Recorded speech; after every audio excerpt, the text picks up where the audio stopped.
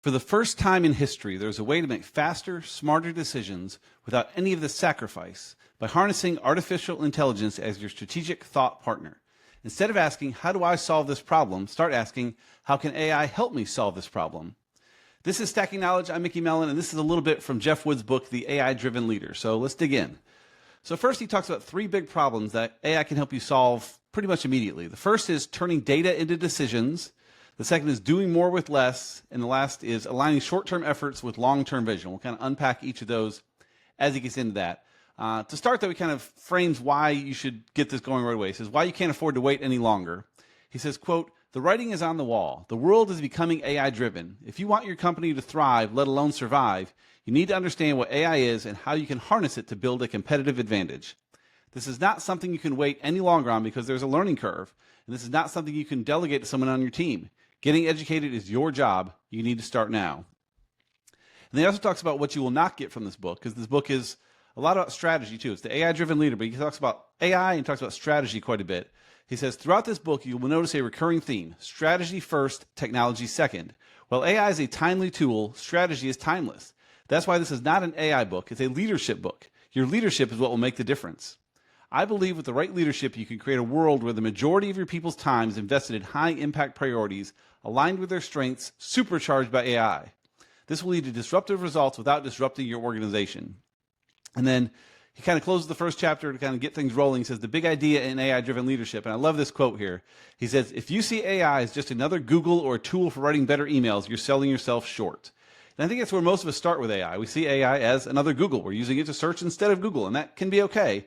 He says, if you're using it to write better emails, and again, that stuff can be all right, but that's really not what's going on here. He'll talk a lot about how AI can be your thought partner and really help you unpack ideas and strategy and leadership and stuff beyond just saying, make this email sound more friendly, which again, it can be cool for that, and that can save you some time, but let's go a little deeper than that. So chapter 2 talks about past technological revolutions that can help teach us what's going on now. He opens by saying, quote, our humanity lies in our ability to think strategically, be creative, and communicate and collaborate to solve complex problems. While the Industrial Revolution required setting aside these strengths to meet the needs of machinery, AI presents a unique opportunity for us to reclaim those human strengths and have machines adjust to meet our needs. It's important to understand that while AI will require you to change, it will not replace you. Instead, it will enhance you. So much of this book is about using AI to enhance who you are as a human, enhance your creativity, enhance your leadership, not replacing you with this stuff, but using it to make you even better. Remind me a bit of Seth Godin in his book, The Song of Significance. He talked about that a little bit. He said in that book, he said, quote, what companies need has shifted, and suddenly, instead of cheap labor to do the semi-automated tasks that machines can't do yet, organizations now seek two apparently scarce resources: creativity and humanity. Both skills involve dealing with other humans, creating strategies, and finding insights in a fast-moving world. And that's what AI can help you do. It's, again, not replacing humanity. It'll hopefully enhance that for you. He says in the book here, Jeff says, AI won't replace you. Those who harness AI will replace those who don't. I've heard that going around a lot. AI won't replace you. It's people that know how to use AI that will replace you. And that's absolutely true, because you can be more effective, more human, get things done better if you use AI. He says, strategic thinking and decision-making have always been critical leadership skills. However, our education system often grades you on your ability to have the answer, not on your ability to search for one.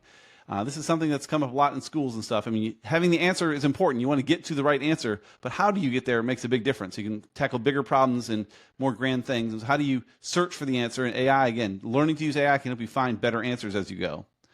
So he gives 6 quick lessons for AI-driven leaders. He has a lot of lists in this book. The 6th one here we'll dig into a lot, but the first 5 briefly are embrace change, adapt quickly, and keep people at the center. Again, keeping people at the center is the key to what he's talking about here. Second, become a practice leader. You're the leader of your company. You should be the leader of AI and understand this stuff. Communicate effectively and transparently. Lead with empathetic strength. Develop skills for the future. And then the 6th one here is empower your people to shape the future. He says, as you develop your relationship with AI, you must acknowledge that one of you will play the thought leader role and the other the thought partner. And this is probably his biggest overarching theme in the whole book, is that AI is your thought partner. You are the thought leader, and I think treating AI that way is fantastic.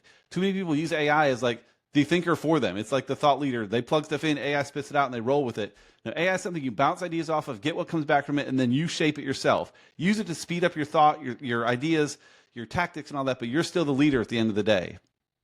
David Epstein had a book called Range. He says, AI systems are like savants. They need stable structures and narrow worlds. So a savant, someone with a mental or developmental disability who's super smart in a particular limited area. Think like Rain Man, that kind of thing. AI should be treated like a savant. It is super smart, awesome in one area, but needs that structure and narrow stuff to hold their hand to make it work right. Another one I like, Kim Krause-Berg had an article a while ago, I'll put in the show notes. She titled it, "Who is responsible for meeting website accessibility compliance?" Talking about making accessible websites. And the problem with that is there's a right way to do accessible websites. As you build the site, you make it accessible. You make sure text is easy to see. You have proper alt text. You have the right transparency and images. And just make it easy for people with disabilities to use your site. Other companies, at the end, they throw an AI tool on top that'll handle accessibility for you, and those don't do a good job. In Kim's article, she says, quote, "The message sent by accessibility overlays and widgets," those tools that you just throw on at the end, she says, "is that your company didn't bother to design and develop an accessible website and gave the whole experience to AI." So just handing anything off to AI just to do it all for you is problematic. AI can still save you a ton of time if you do it the right way, but you should still be there guiding it and making the right decisions. So chapter 3, he says, shift from operational overwhelm to strategic clarity. He says, the AI-driven leader is a conductor of teams and technology. As the conductor, I love this quote here. He says, as the conductor, you do not play an instrument yourself. Instead, you turn the composer's vision into reality. So you have this goal, this vision. You want to make it reality. You have a team there to help you do it. You have AI to help you do that. But again, you're not playing the instrument yourself, and AI is not going to do it on its own. You're going to use it to help bring the composer's vision to reality. Again, really the biggest thing I got out of this book is just the mindset. He didn't get super tactical on things, but just the idea of you're the thought leader, AI is your thought partner.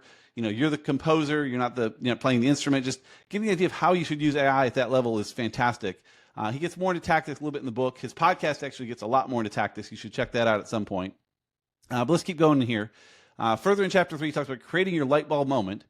He says, to create your light bulb moment, ask yourself, what's one thing I need to think through this week where I could use a thought partner? Identify and use AI with this example here. So again, there's been a lot of times in my life I'm like, I need a thought partner. I need someone just to bounce some ideas off of. And fortunately, I have a lot of folks I can reach out to and bounce ideas off of.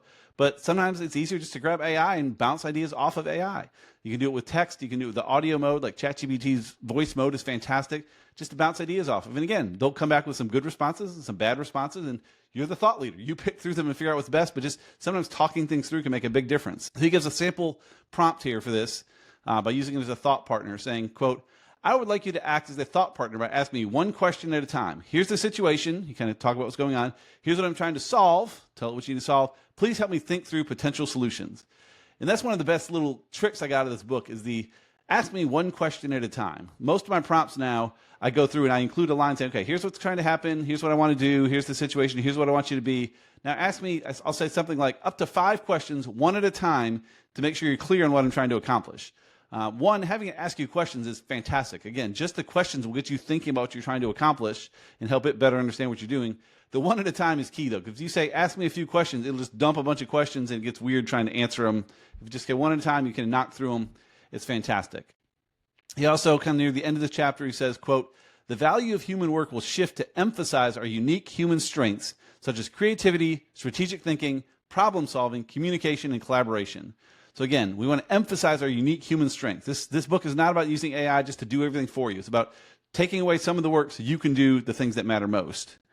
Part 2, he talks about becoming an AI-driven leader, understanding AI a little bit better. So he gives just some examples of how to consider AI.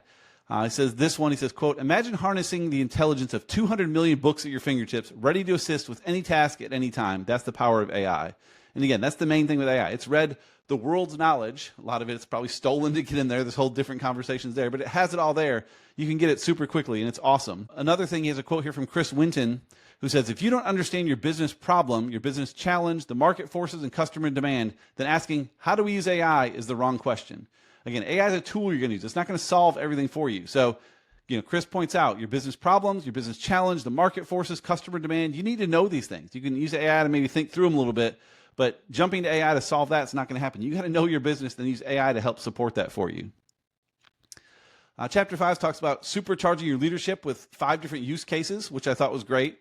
So he kind of said this earlier in the book, but he says here, quote, up to that point, I'd ask myself the same question. How can I do this? At that moment, I found myself asking, how might AI help me do this? So again, anything you're trying to accomplish, you say, how do I get this thing done? Think, how could AI help me get it done? Help me get it done better, faster, clearer, whatever it is. Sometimes the answer is it can't. You need to do it yourself, but framing most questions with that will give you ideas for, oh, I could try AI here, and that was great. I can try it here. It was not great. You'll better understand how to use it. So getting more done in less time. He says the 5 AI use cases you can try today. The first is strategic thinking. Use it as an interviewer, communicator, a challenger. Decision making is number 2 here. He says, quote, by leveraging AI as your thought partner, you can make more informed, data-driven decisions in a fraction of the time. This frees you up to focus on higher level strategic thinking and leadership. So I love that. Again, it's a thought partner. The third one, you can use it for content creation. And again, this is something a lot of us have done, but there's ways to do it better. He says in the book here, quote, when using AI for content creation, it's crucial to understand the 2 roles at play, the thought leader and the thought partner. Many users mistakenly expect AI to lead the creative process. They might ask AI to write an email or blog post and simply copy and paste the generated content without reviewing it to ensure it meets their standards. This is not how you will get value from AI. This will only lead to mediocre work. Do not abdicate your responsibility as the thought leader. Again, have it help you write an email or a blog post or whatever, and then you take it back and refine it. You're the expert here. Say, thank you so much for this draft. It is great. It got me a good start. Then you refine it and make it work. The fourth way it can help you save time is idea generation, and then the 5th is analysis. We'll hit both of those a little bit more later, but I think they're both fairly obvious what's going on there. Chapter 6 here, he talks about the high price of the wrong questions, using AI to overcome biases and assumptions. A lot of this is about asking the right questions here. The high price of the wrong question, so what is the right question? And he says, the questions we ask shape our future. There's a quote here from Keith Cunningham who says, the key to getting rich and staying that way is to avoid doing stupid things. I don't need to do more smart things. I just need to stop doing a few dumb things. I need to avoid making emotional decisions and swinging at bad pitches. I need to think. And so, again, this book's a lot about thinking and strategy and using AI to help you with that. And Keith's point is, in most things in business, making good decisions is great. Making bad decisions is way worse. You kind of just be smart here. Charlie Munger and Warren Buffett and their investments over the years have said, they don't make many investments. They just avoid doing the dumb things that will lose the money and keep making things that will go the right way, and it's stacked up very nicely for them. He says here next, the power of asking the right questions. He says, quote, in the old way of working, most knowledge workers were operational, their days filled with tasks. But as we move forward, the value of human knowledge worker will be strategic, not operational. Our people need to focus less on doing and more on thinking, building a competitive advantage in the long term through the actions they take in the short term. So again, trying to use people to think more and get more done. AI and robots and stuff are going to take a lot of the low-level stuff, so let's step up, use those to do that so we can be more high-level here. He says, great questions share 3 key characteristics. So 3 characteristics of a great question. 1 is they're aligned with your goals or the problem. 2 is they're simple and clear. And 3, they provoke deeper thinking. So, it's pretty obvious, but it can help a lot. And again, AI will help ask you some of those questions too if you ask it to. It's aligned with your goals or problem, simple and clear, and provoke deeper thinking. He says, I've learned that the questions I ask can shape how people see the world. It's a superpower when used to help others. So again, kind of like AI can ask you questions, it's also something you can use with others. If you ask the right question, there are people out there, people in my life I know that if I talk to them about a problem, they're going to ask me tough, awesome questions to help me really think through what I believe and what's going on. They may not even give an answer. A good business coach won't be giving you answers. They're just going to ask you the right questions to make you think through what you believe, what you're wanting to accomplish, what you're scared of, all that kind of stuff. Questions can be fantastic, and you can use those to ask questions of AI and to get some back and just kind of build that relationship. He says the purpose of a goal is to inform who you can become. If you ask small questions constricted by what you think you can do or the resources you currently have, then you'll never play at a bigger level. Ask questions that are so big they challenge you to ask who you can become to get to that level.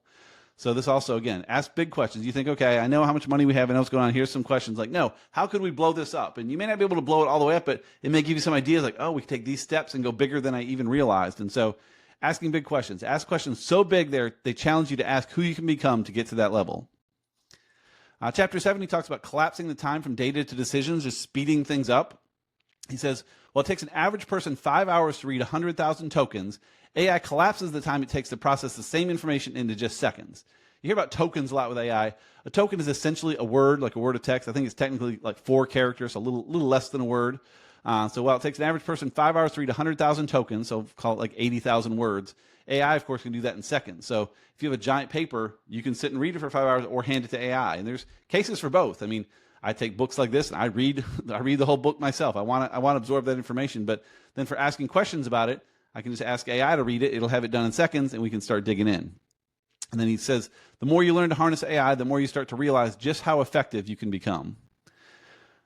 Chapter 8 is navigating short-term pressures without sacrificing long-term growth. And this is a problem with a lot of businesses trying to hit the numbers this month, but also set yourself up for success in the future. And again, we see companies that when they sacrifice too much to get this quarter looking great, they're kind of killing the future. And you see that with some of the famous stories in history with Kodak, kind of putting away the digital camera because they want to make more money on chemicals right now, or Blockbuster, not wanting to stop, switch into the Netflix model because they're making so much on late fees right now. But they focus so much on this quarter is going to be great if we just focus here, and they kind of lose the game going forward.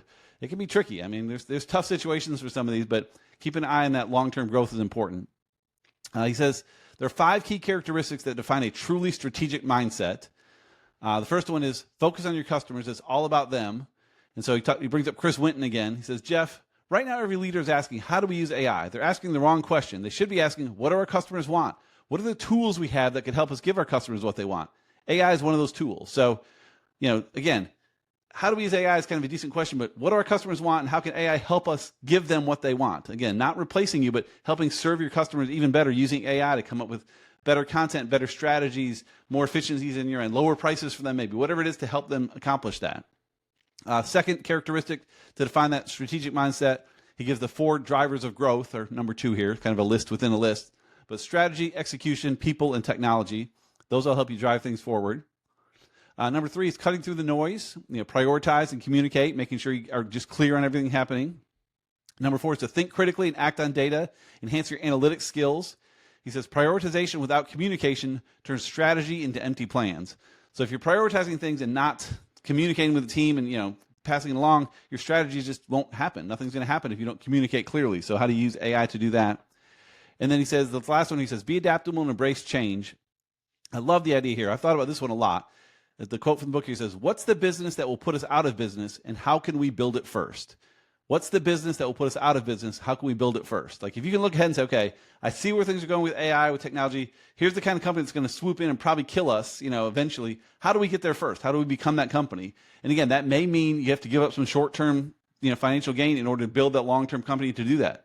Think again, Blockbuster. They should have given up the late fees and kind of shifted their model, cost themselves money then to position themselves for the future, but instead now they want to dig into this quarter. So what's that business that will put us out of business? How can we build it first? Love that thought. Chapter 9, he talks about accelerating strategic momentum, making faster and smarter decisions with AI. And so he has another list. He's a big list guy. But the strategic decision-making framework, there's 7 parts to this. The first one is clarify the objective. Number 2 is to map the stakeholders. There's a variety of stakeholders in here you should kind of figure out. The decision makers who can approve or reject things, the influencers who can influence those decision makers, the champions, people who will champion the change among the stakeholders, who's that person that's going to drive it forward, the early adopters, the people who kind of pick it up first. He says some of your greatest insights are going to come from the people who are closest to where the rubber meets the road. If the goal is to make the best decision possible, you'd be crazy not to make sure this group has a voice in the process. So again, getting to your end users, your end customers, the people that work on the line at your company, like the people that are really in the trenches there, get their input because they're going to have awesome stuff. The first 2, clarify the objective, and then that was mapping the stakeholders. The next piece is gather and analyze information, identify solutions and alternatives, evaluate risks, decide and plan implementation, and deliver results. So kind of the process to go through, you can check it out in the book. He kind of just walks through the order you should take things, kind of at a high level. Again, he gets very strategic here, almost outside of AI. Most of this is outside of AI specifically here. He gets into leadership and stuff a good bit in the middle. But he says, combining AI with your own judgment, you can create a powerful strategic synergy. So again, using AI as your thought partner to work through things. And then the last part of the book here, part 3, is building an AI-driven organization. So lead with strategic clarity, ensure year-round alignment. So the question here he says here, it's the $1 million question, he calls it. Are you truly committed to strategic thinking? 3 common problems often undermine your ability to lead with the highest level of strategic clarity needed to drive growth. So 3 common problems that can inhibit your growth is 1, not thinking big enough. 2 is losing sight of the bigger picture. And 3 is doing it in isolation. And so not thinking big enough, he says here, he says, quote, the true purpose of a goal is to act as a compass, guiding you toward who you can become. Don't base your goals on what you think you can do. Instead, think big and launch yourself into a completely new trajectory. So thinking big enough is big. Losing sight of that big picture is a problem. If you got to stay focused on what you've got, and doing it in isolation is tough. You should use other people. You should use, again, AI as a thought partner, but doing it in isolation is potentially very problematic. He talks about the critical first 30 days. So you decide you want to start going forward with this. What does that look like? He said, quote, Amid the chaos, there's a crucial question you need to ask yourself. Who's in the driver's seat, you or Mother Nature? As an AI-driven leader, you know the answer. You stay in control. And that's the big piece of all this. You're the leader, be the leader. The leader of your team, leader of your company, leader of the AI tools you're using. Like, you want to be the leader. Use all these things. Your team can be fantastic. Your company can help. Your AI tools can help. Stay as the leader. A challenge here is failure to block time. This is another problem we see quite a bit with leadership, something I'm constantly working on. He says, every leader is interested in achieving their goals, but not all are truly committed. Want to know how I tell the difference? I ask to see their calendar. They've always said, like, your priorities show up on your calendar. What really matters to you? Look at the calendar. It'll tell you what really matters to you. And that one can hit hard, but look at your calendar right now and look and see what really matters to you. And then lastly, he talks about a lack of common language around prioritization. He says, quote, want to know the telltale sign that your company doesn't have a common language around prioritization? When a new priority surfaces, most of the conversation is about this new item, not about what will be deprioritized to make room for it. Does this sound familiar? And so that's a big one too. You have this new thing that comes up. You want to start running with the team. You can't just add it to the pile of all the other things. In most cases, you need to take something out. So have a conversation about what should be deprioritized. It's kind of like you have an important document to share. You can't just make it all bold and say it's all important. People will just see it as all the same thing. Like, what are the bold areas? What are the parts that don't matter as much? Think about it with your company. If you have a new priority, that's great. What is the old priority that should be now downplayed? You need to be consistent and specific about that as well. Chapter 12 talks about 10xing the impact of every employee. It's big in the 80-20 principle here. He says, quote, if you want to 10x the impact of every employee, it will take more than just equipping them with a ChatGPT account. You need to adopt this mentality. 20% of the role drives 80% of the results, and it's your job to zero in on that 20%. If you can find that 20% that they do that makes up 80% of the outcome, if you can drill on that and make that bigger, man, it can explode things quickly. The other side, though, that other 80% sometimes is important. It's other menial stuff they have to do, so how can you automate that? He says the first step is to question every requirement. In business today, there are many things we do without understanding why. As a result, we continue doing things certain ways because that's the way they've always been done. This is not where innovation lies. So if 20% is driving 80% of the results, that 80% is not doing as much. Why is it there? Question it. See why it's there. See what you can eliminate. Some still may be needed, some paperwork or whatever. But even then, why is that paperwork needed? Is it really needed? Unpack that stuff. I shared some stuff from Elon Musk. Elon Musk's early days at Tesla and SpaceX and stuff. He did some great stuff before he went into X and kind of has gone a little off the rails since then. But some of his early pieces on process improvement were really quite impressive. His 5 steps for process improvement are to question every requirement, delete any part of the process you can, simplify and optimize, accelerate, and automate. So question every requirement. Again, why are we having to do this? Like, his big thing is, if it's not violating like the laws of physics, then it could be discussed and maybe gotten rid of. He says delete any part of the process you can. He's big on deleting. If you have a big process of 50 steps, what pieces can you take out? I believe he says if you don't have to add back in 10% of them, you probably didn't delete enough. Like, you should be so aggressive deleting. You have to add a few back in, and that's okay. That means you're really deleting hard. Simplify and optimize, accelerate, and then automate. So what you can do in all those to speed things up, and it's kind of a loop you just kind of keep working through. Keep questioning, keep deleting, keep simplifying, always accelerate, automate, keep working back through. He says there's 2 primary reasons we end up taking pieces of our people's jobs, and this is a problem as a leader where we end up doing people's work for them, which is very problematic. We need to give work to our team and be confident it's going to be taken care of. So he has 2 reasons that doesn't always happen. The first one is having suggestions instead of standards. He has a quote here from Gene Rivers I love. He says, standards without consequences are merely suggestions. Standards without consequences are merely suggestions. So if you have a standard but don't hold people up to it, then it's not really a standard. It's just a suggestion. Like, please do it this way, and maybe they will, maybe they won't. But if you have a standard and there's consequences for it, it'll happen, and that can help people make sure they can maintain their stuff. And 2 is related. It's just a lack of trust and patience. If you don't really trust your team and aren't patient with them, you're going to end up saying, I'm not sure they're going to do it right. I need to take that work back on myself and make sure it's done right. But if you can trust them, have patience, it can really help things going forward. It says 3 ways you can enhance your team's thinking leverage. So 3 ways to help with that. One is to ask more and give less. So he talked about a lesson he had with Jay Papasan, who was with Keller Williams. Jeff was working for Jay.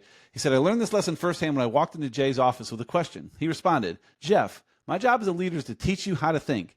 I have an answer, but I'm not going to give it to you yet. What do you think you should do? And man, that one's tough for me, because when my team has a question, I want to just help them and give them the answer. Like, that's what I'm here for. But the more I get them to think through it, think through the options, they, 1, will hopefully get to the answer, but 2, they might get to a better answer because they know things better than I do in a lot of cases. So it's a tough thing to do because it takes more time. I could just give them the answer and be done, but at times maybe that's not the best move. But enhance your team's thinking leverage. So yeah, ask more and give less. Explain why. Always explain why behind things. And then bring consequences to standards not met, as we talked about a minute ago. If you have a standard, not a suggestion, you have a standard, there needs to be consequences if it's not met, and that will help your team improve over time. As we're kind of getting to the end here, he talks about going from 0 to 1, the simple path to deliver value with AI. He says, quote, building your competitive advantage in the long term starts with consistent strategic thinking in the short term. And the first step is to move from 0 to 1, just to get it started. I mean, that's the best thing you can do. Go from how might I do this to how might AI help me do this. So he has a three-step framework, which of course he does, to expand your use of AI. He says, first, ask AI to interview you. Again, having AI ask you questions is wildly underrated. It can be fantastic. Generate a high-quality prompt, and then execute the prompt. And so you can actually have AI help you write a prompt that you then give back to AI. It's a weird middle step that won't be here forever, but for now it can be very helpful. So say, here's what I'm trying to accomplish. Help me write a great prompt to make this happen, and work with it, answer the questions. All right, here's a good prompt you can ask, and then use that into AI to say, all right, here's the prompt I have to accomplish this piece, to question what's going on. I've seen some great examples of that. My friend Adam has a big, long prompt he's used that I was on a sales call with him once, and afterward he had AI like unpack how we did from a sales perspective on the call. It said, like, you asked this question, great, and you had a great response. This one you could have tightened up by saying this. Like, it was just a fantastic insight into how we did on the call. I said, how'd you do this? Like, what'd you do? How'd you do this? He had this big, long prompt he fed in. He said, all right, here's the recording of the call. Here's this big prompt to unpack it all. Well, he had AI help him build the prompt of the things he wanted out of it. So he used AI to build the prompt, and then used the prompt to get fantastic results. So it's an interesting way to think of things, but can work very, very well. And then he talks about the challenges ahead, as we're kind of getting right toward the end here. There's going to be 4 challenges people have in trying to implement more AI. One is lack of time for strategic thinking. 2 is navigating AI alone. 3 is limited internal technical talent. And 4 is the skill gap. And so to hit those briefly, challenge 1, lack of time for strategic thinking. Time is not your issue. Prioritization is. I've always said, like, I don't have time is a bogus answer for anything. It's not a priority to me. And sometimes that's okay. If someone asks you to do something and it's not a priority, it's not a priority. But saying you don't have time is kind of a white lie, because you do. You could drop what you're doing and go do that thing. May not be the right move, but you got to prioritize it. So if this is important to you, time's not your issue, prioritization is. Challenge 2 is navigating AI alone and the need for peer support. So he says, quote, becoming an AI-driven leader means getting in the driver's seat and surrounding yourself with AI-driven leaders. You need to have others around you that can help you take this further. Challenge 3 is limited internal technical talent. He says, quote, just because you don't have the internal talent currently doesn't mean you cannot achieve your desired results. So you can build it up as you go. Don't let that stop you. And then 4 is the skill gap. What got you here won't get you there. As you become AI-driven, your goals will grow. Technology will deliver more value. This means the skills of your people need to follow suit. And so, again, they all kind of talk about just building your skills as you go. So again, the 4 challenges: the lack of time, trying to navigate it alone, limited internal talent, and then the skill gap.